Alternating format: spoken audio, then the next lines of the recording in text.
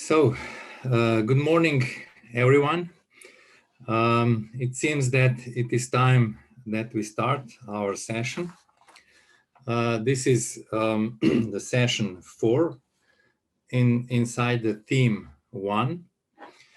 And we have at this session 3 presenters, at least 3 presentations.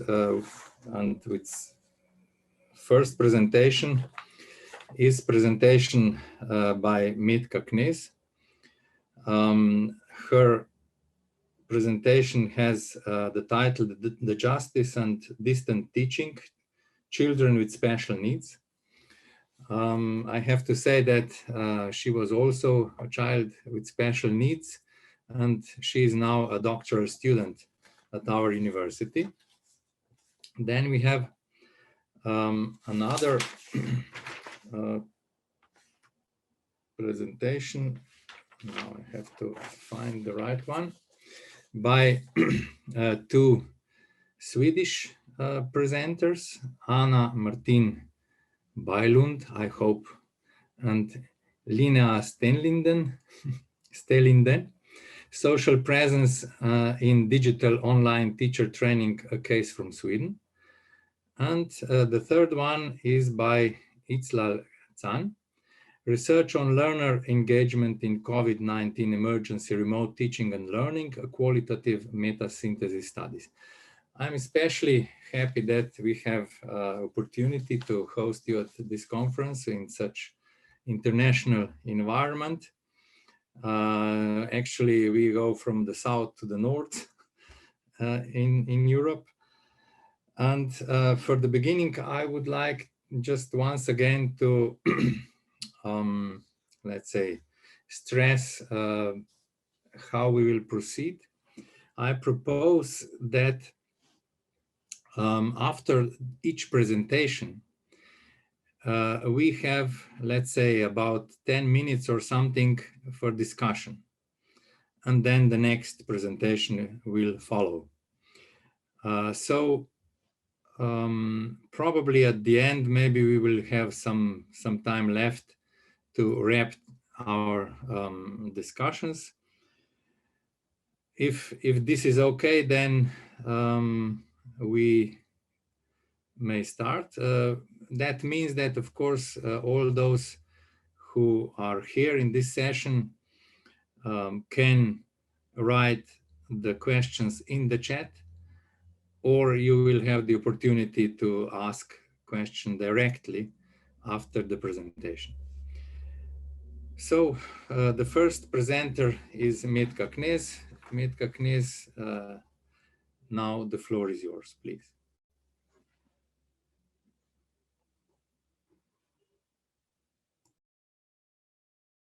You have to unmute yourself first.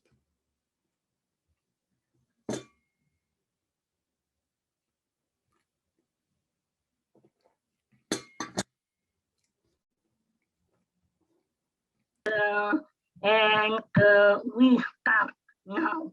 Yes. So the disruptive and distant learning children with special needs is adopted in Slovenia. Why we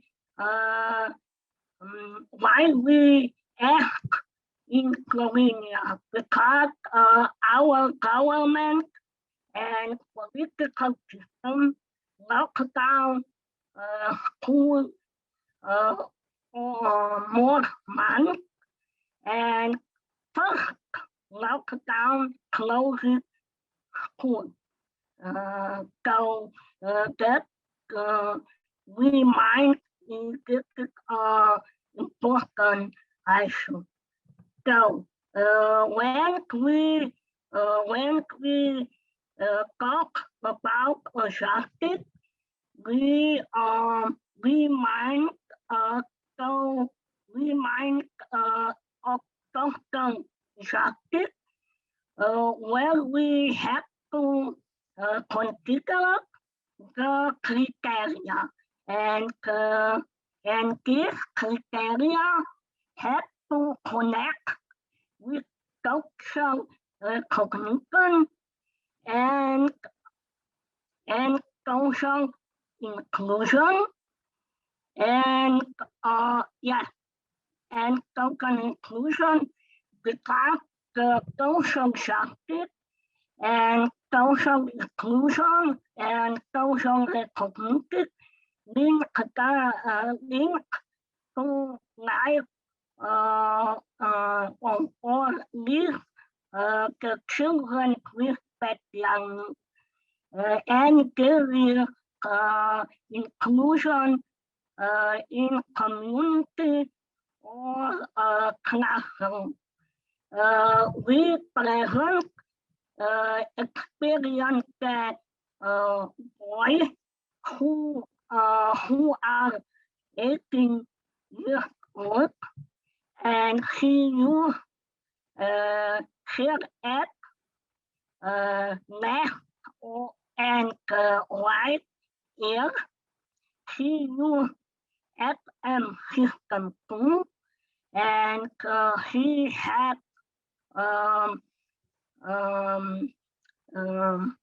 here impairment and autism.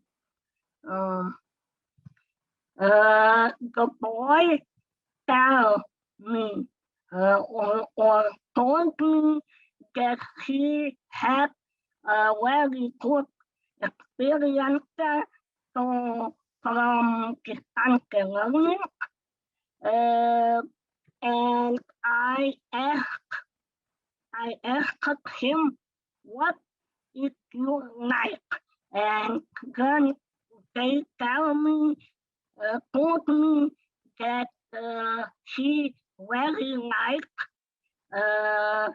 quiet and more time for work and schoolwork and homework, and he was last year very enthusiastic for distance learning, and I asked last month again, what are you experiencing now? And they say that very him say it's a very missing connect with their school friends and teacher explain. So that we can conclusion that we can very hardly just meaningfully that we very hardly ensure access to learning, social recognition, and social inclusion in the community of children with special needs. Thank you for my listen, and I invite you for your question. Thank you. Thank you very much, Metka. Now you may remove the presentation from our computers. So, of course, I would first like to give the floor to those who listened to the presentation. Do you have any questions, maybe?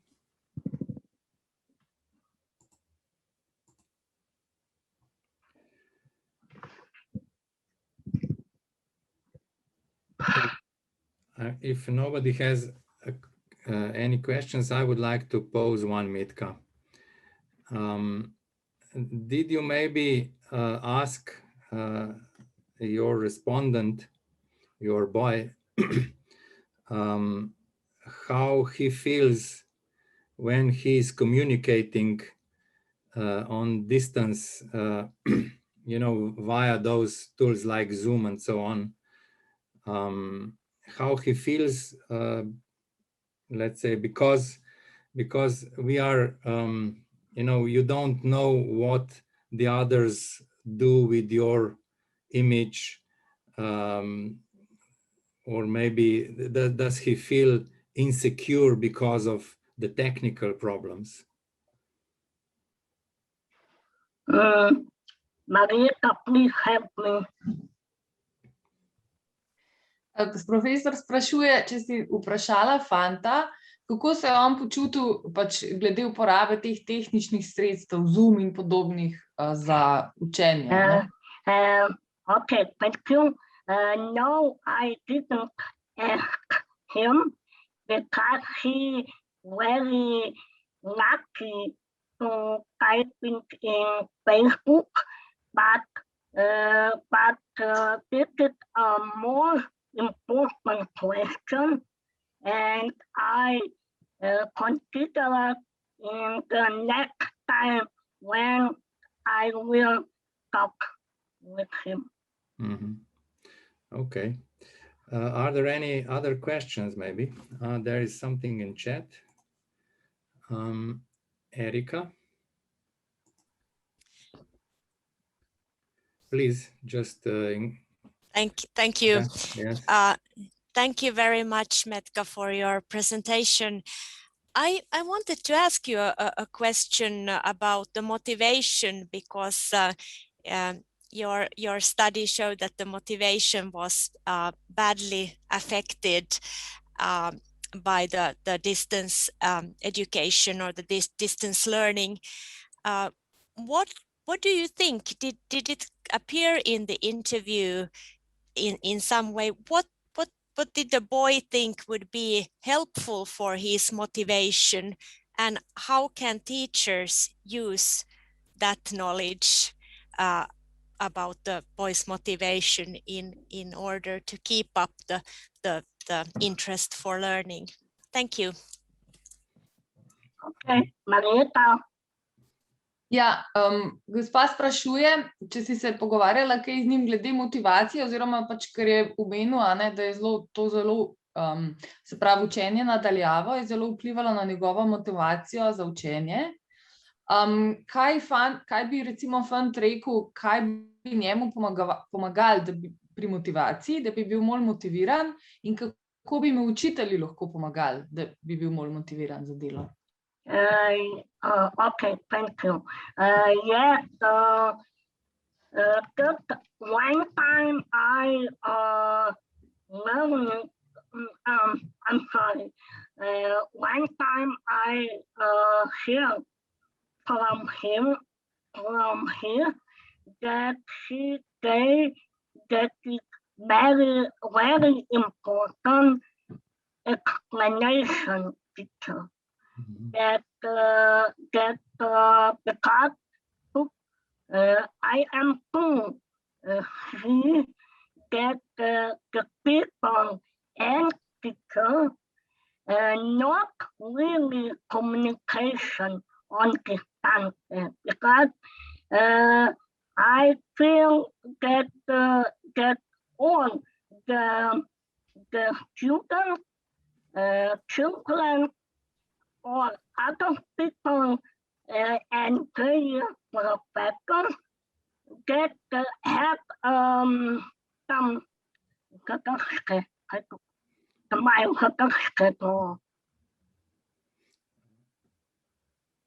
that feel constrained or not comfortable with to do something. Okay, thank you. So that is that. And I think that we have to more talk and talk and talk.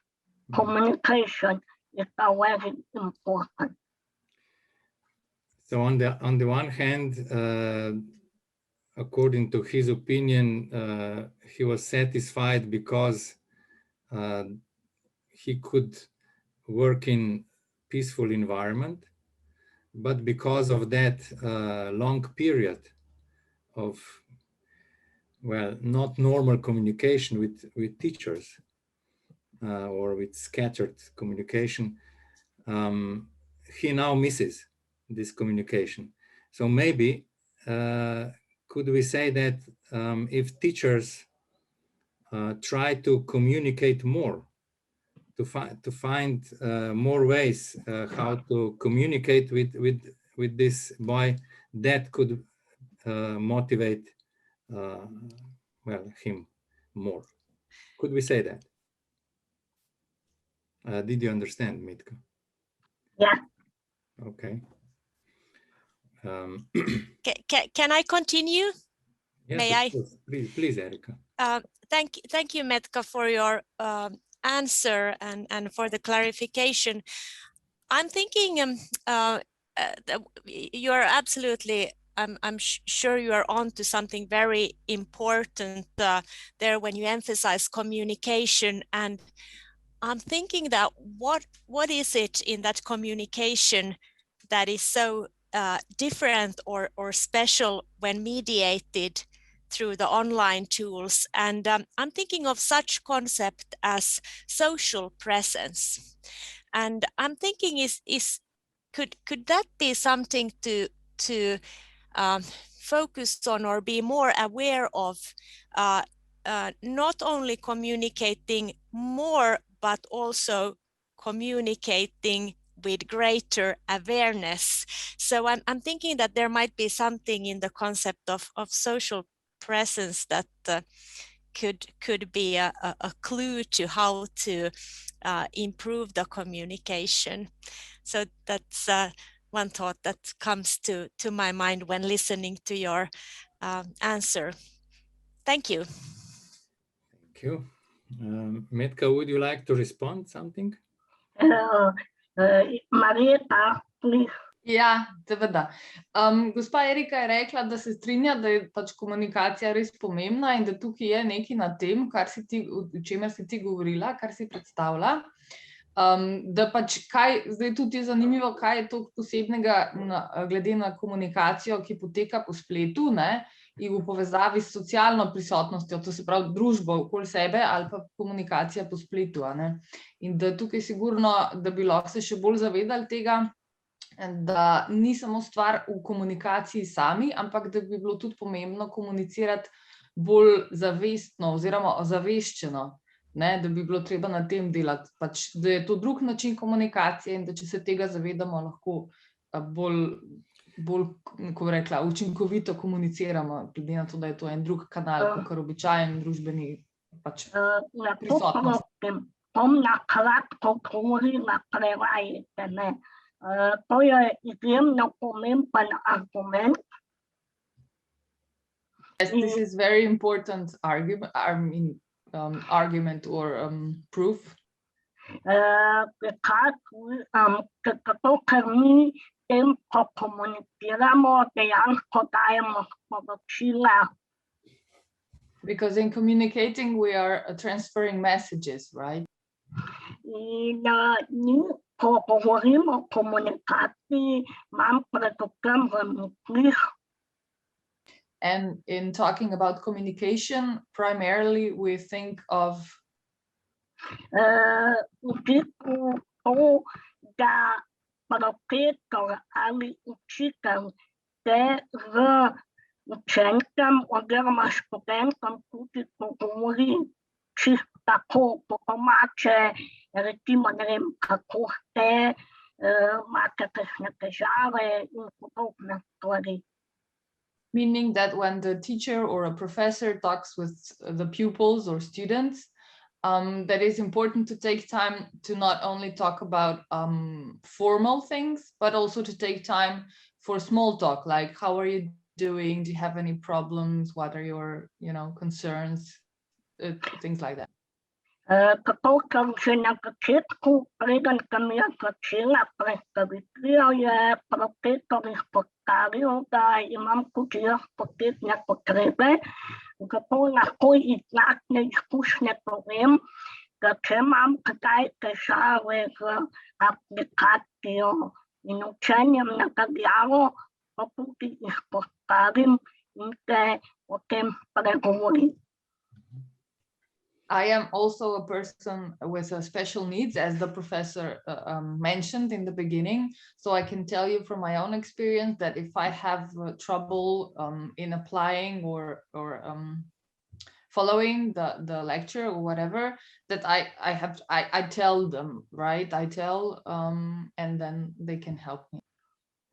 In da zaključim, tudi primeri, kjer učiteljice in učitelji v osnovnih šolah uporabljajo ta pristop, da so, kako naj rečem, bolj osebni in morda tudi interaktivni, imajo večjo motivacijo strani učencev, kot tisti, ki se manj ukvarjajo z načinom komunikacije.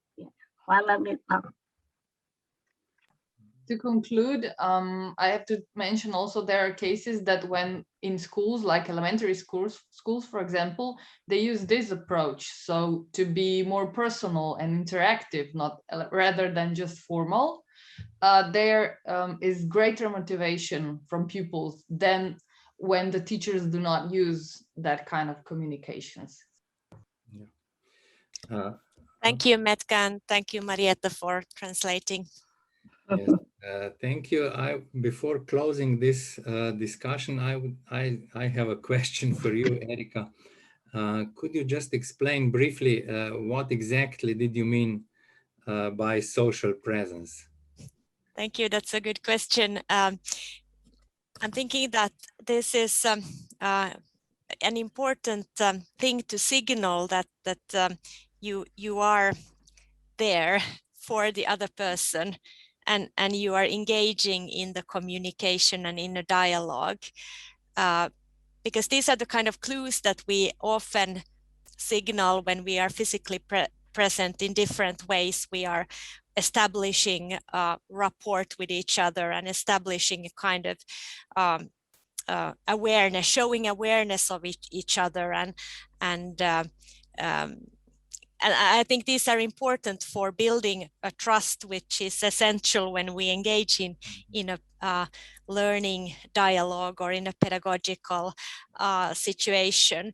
But I have the understanding that doing these things, establishing these kind of things is harder in a mediated environment. And maybe when teachers are more aware of the importance of communication, they can also put maybe more effort to show that I'm here, even though I'm behind the screen, I'm here for you and I'm listening to you. I'm not multitasking other things. I'm not focusing on what happens outside the window, but I'm focusing on you. Mm-hmm. Even though I can't signal that in other ways, I'm here for you. So maybe it needs a little bit more extra effort in the mediated environment. Yeah. Thank you. Okay, thank you very much. Thank you, Metka, also for your presentation and all the answers.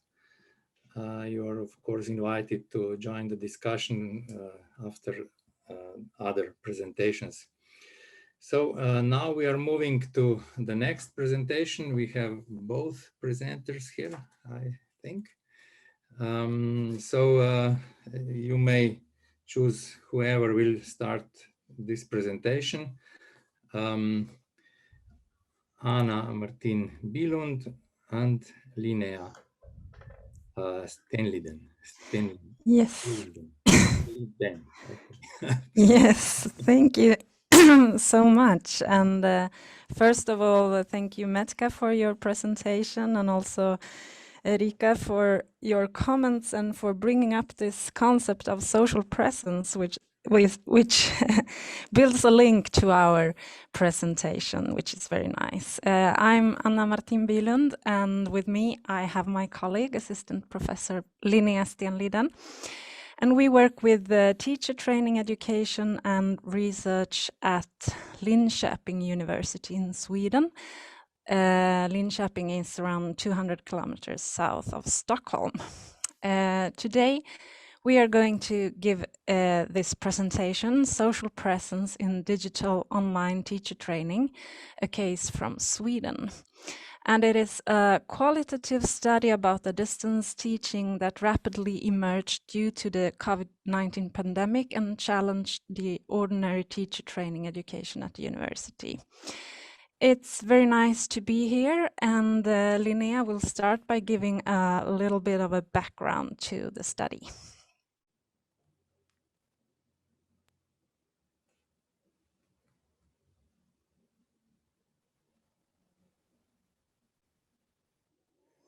We can't hear you, Linnea.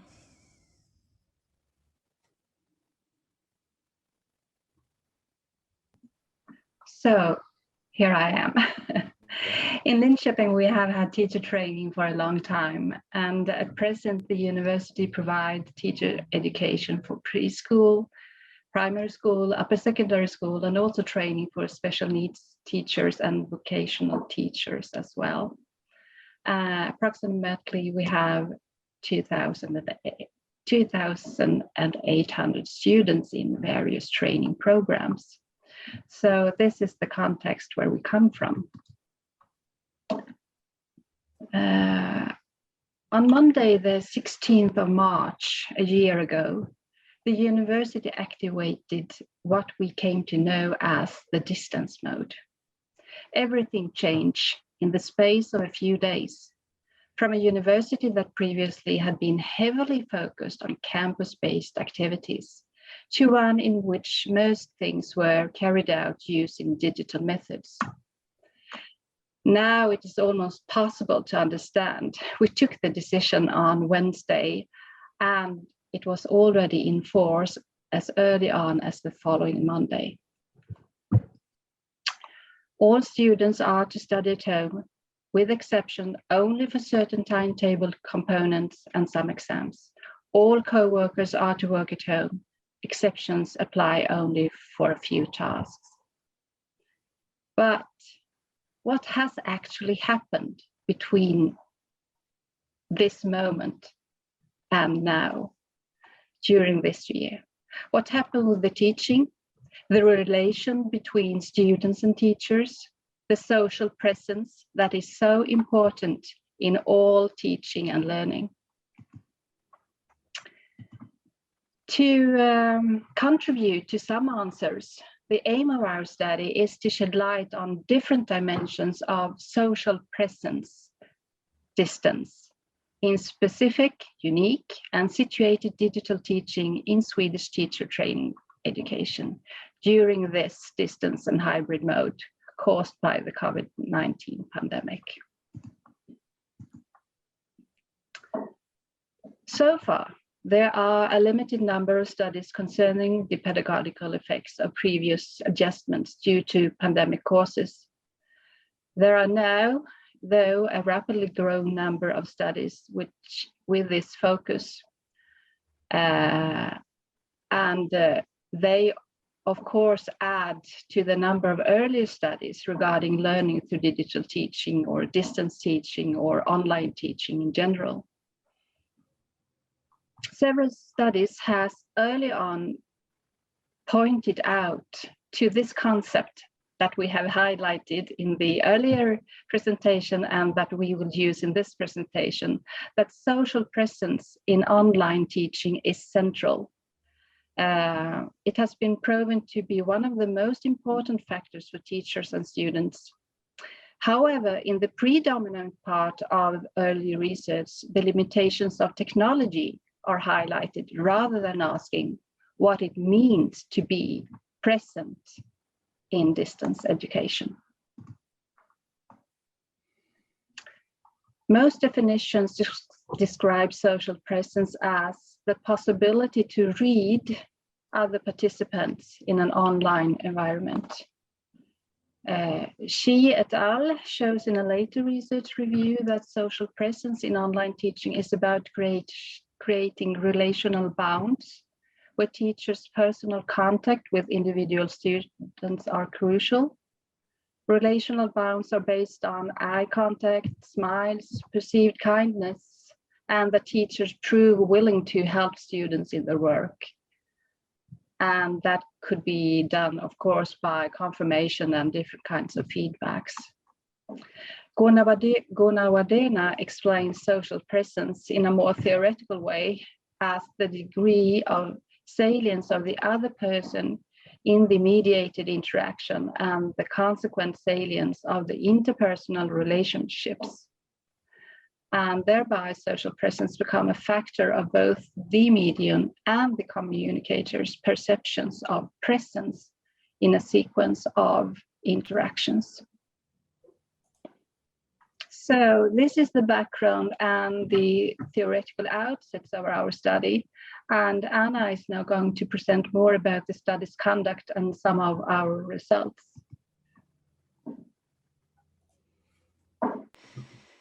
Yes, we conducted the study together with 8 teacher training educators and their students during the fall of 2020. And data consisted of video recordings during seminars and lectures, focusing on the emerging interaction in the digital teaching space where teachers and students were physically separated from each other. And we also asked the teachers to reflect upon their experiences of teaching this way through diary entries before and after seminars and lectures. And finally, we conducted focus groups interviews with teachers and students in order to follow up their experiences of teaching and learning situations.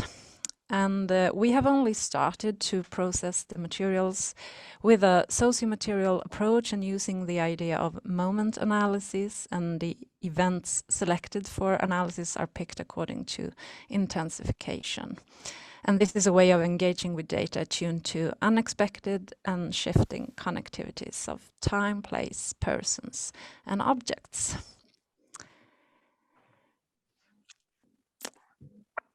And our very tentative findings indicate social presence in digital teaching is complex and dependent on both social and material factors.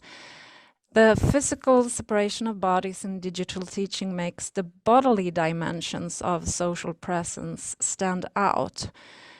And briefly, participants experience a different perception of both themselves and of others. Bodily affect and sensual expressions are also a main concern. And furthermore, these bodily and material dimensions of social presence seem to redefine teachers' and students' sense of control of the teaching-learning situation. And this indicates a potential adjustment of the involved power relations.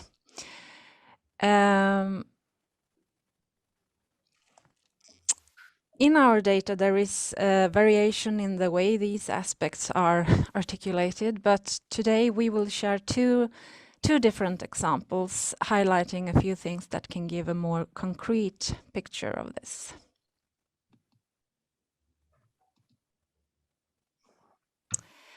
And the first example is a quote from Nina, a teacher training student, who said, "When you just a moment."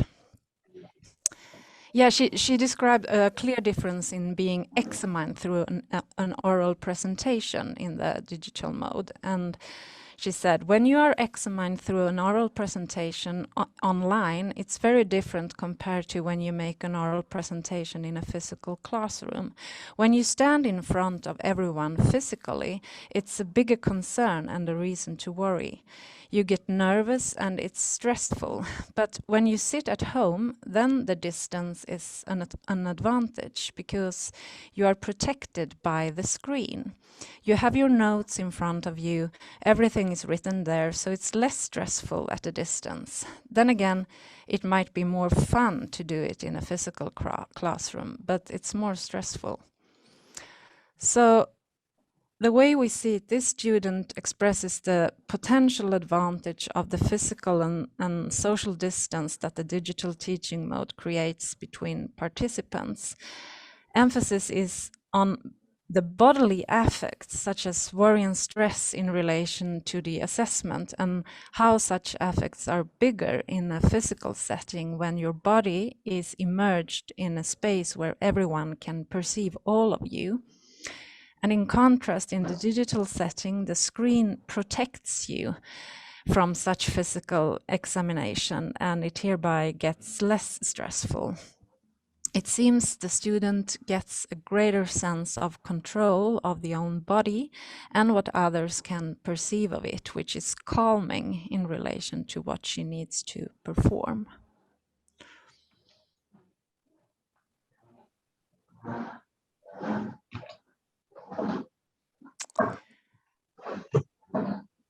And similarly, one of the teachers expressed it this way in an interview. I think as a teacher, you gain more power in distance teaching compared to a physical classroom where you are sometimes even more vulnerable. In many ways, I think this, the digital distance teaching, opens up for new ways of not being a physical body the way you are in a physical classroom. And this is what gives you more power? Yes, I think so. I don't know. A physical classroom, it can be very nice and cozy when it works well, but it can also be incredibly stressful with big groups of students and you stand in front of them, and if you get a bit nervous, everyone notices that the sheets of paper in your hand are shaking a bit while you speak. So you mean your physical sensual expressions are not perceivable in the same way by the students when you teach online? Yes, exactly. But also what we talked about before, that it is more stressful online when things takes too much time. You need to have a more clear agenda and all is more effective. And this gives you, you need to have a more clear direction when you teach, when you take more control. You have to moderate who speaks and direct questions to different individuals to greater extent. And in this way, my impression is that I, as a teacher, have more agency. So this teacher also brings up the potential advantages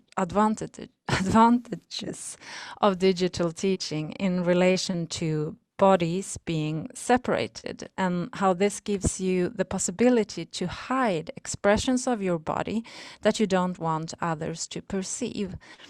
Stress as a perceivable bodily affect is related to a sense of vulnerability. But it's not that digital teaching is less stressful. This teacher says, and this was frequent in the interviews, that when practical concerns like technical disturbances appeared and took time from teaching in the digital setting, this was described, like here, as even more stressful compared to a physical classroom. But your stress in terms of bodily affects is not perceivable in the same way by others due to the separation of bodies in the digital material setting. And what is more, the digital framing enforces you to develop strategies to handle such situations efficiently, and also seems to provide a space where you both can and need to be more instrumental.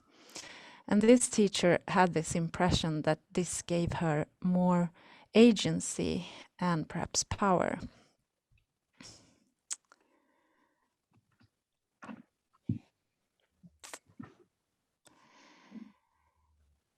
Yeah, and the The bodily material aspects of social presence in digital online teacher training that we tentatively put forward here are obviously fundamental in all teaching, but specifically in digital teaching. And regardless analog or digital teaching, the material dimension, we believe, will play a considerable role in both form and content of different teacher training programs. And therefore, we need to carefully consider a few questions. First of all, in what ways are different perceptions of both the self and of the other important to teacher training education? Secondly, what impact do bodily affects and sensual expressions have on both the individual and the collective of the teaching event, and in turn on content in teacher training education? And third, what does the redefinition of participants' sense of control imply for the teaching learning situation, and in turn on content in teacher training education? And fourth, how can teacher training education deal with the awareness of the impact of socio-material dimensions on power relations? These questions are food for thought based on our studies so far. We won't and can't give any definite answers to these questions, but perhaps this is something that we can discuss. Yes. Okay, thank you very much for your presentation. Thank you. Now it's time to discuss things exposed. So the floor is on the those who were able to listen to the presentation. Again, Erika, would you like to say something? Yes. I really have to say something. Okay. I was thinking that I can only participate in the first paper because we have a selection of new dean going on. So I was thinking that I need to go pop into that hearing. So I hadn't even looked at the title of the other presentations. So when I listened to Metka, this was something that came to my mind, irrespective of the next topic on the list. So that was a bit curious coincidence, I think, but shows that there is a connection between the papers. So thank you, Linnea and Anna, for your presentation. And I wanted to ask your thoughts on one of the interviewees. I think it was Nina who talked about the screen being like a protective shield, and it seems this has to do a lot with in a way safety and a feeling that you are in a safe space in a way. And to me it seems that if you feel that you're safe, it's also easier to be present and engage in a way in a dialogue with the other when you are not so concerned about how you are perceived, and you are maybe not so conscious about your body and those physical reactions. So in a way the mediated online environment, rather than being an obstacle for the social presence, could in some instances be a facilitator for the social presence when felt that this environment increases the safetiness of the space. So I was thinking what your thoughts around that, and how much was this safety aspect explicitly voiced in the student teachers thinking. Thank you. Thank you for your comments, Erika. I think your thoughts describes a lot of what we try to share with you today. Yeah. And I think the question of safety is very close to what Anna were talking about, vulnerability, and the medium does something to this. And we have just started to analyze our data, so it's very difficult to say something very clear to your question, but I think it's definitely both the media definitely creates both a safety, but also at times another kind of vulnerability or an obstacle, or so it's many things at the same time. And I also think that in the material there are more talk about this from the students, I think so, than the teachers are thinking about it. Yes, thank you. Yes, and if I just can add something there, I think it's an interesting, it's obviously about safety, and you can see certain advantages, but then you could also think about when talking about teacher education or the field of education in general,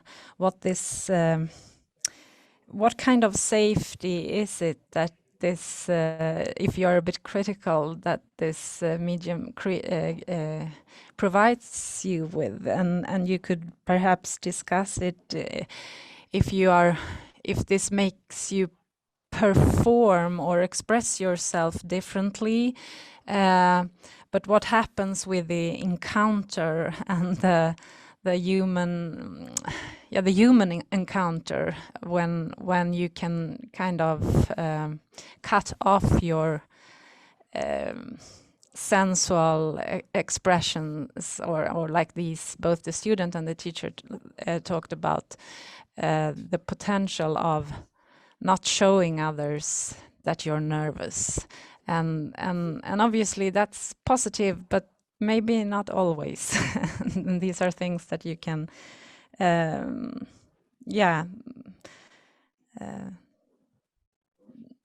I think it's interesting. It's a complex picture that it's not so easy to categorize in terms of positive or negative, because it can also be both.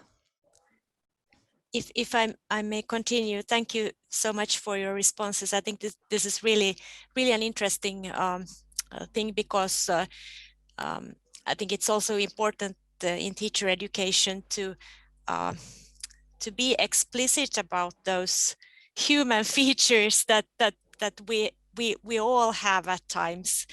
There are times when everybody feels insecure and maybe not so comfortable and is conscious about self and these kind of things. And so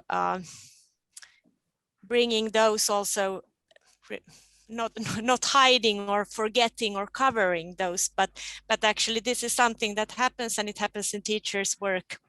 And especially when you're a new teacher, you will for sure encounter these kind of experiences, and it's not only about how you yourself encounter them, but also how you as a pupil or you as a colleague, how do you deal with that when you see that somebody feels uncomfortable or nervous or stressed? So yeah, I think that's very interesting discussion, and definitely not black and white, but it's very multifaceted. So thank you. Yes, thank you. Are there any other questions, maybe, or comments or anything like that?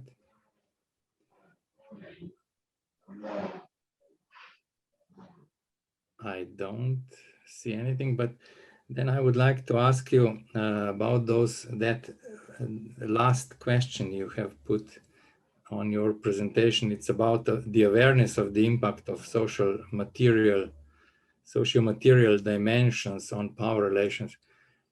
Do you have any ideas how to answer or deal with that?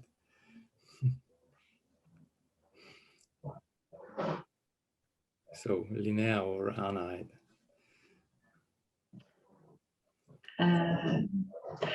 I'm not sure what to answer to the question for the moment, but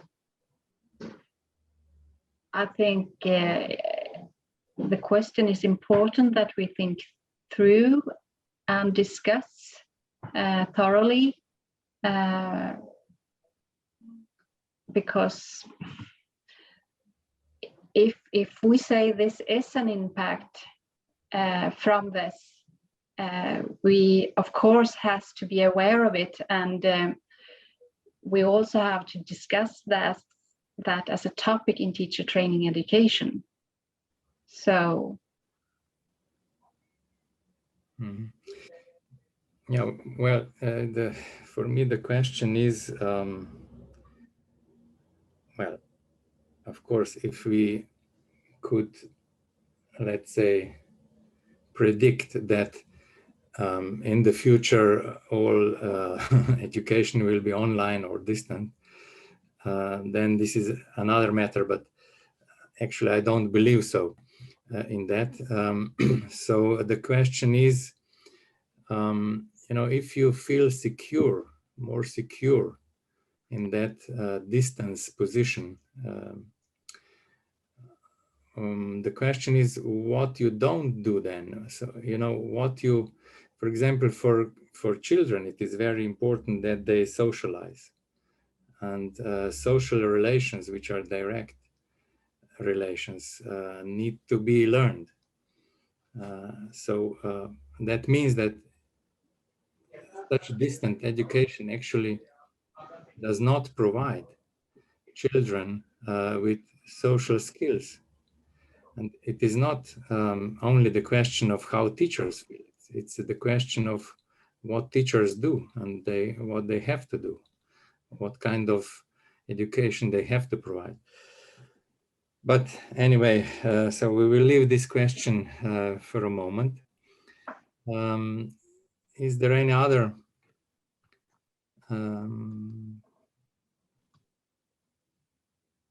yeah, okay. So if not, then we can go on to the third presentation. The third presenter is Iclal.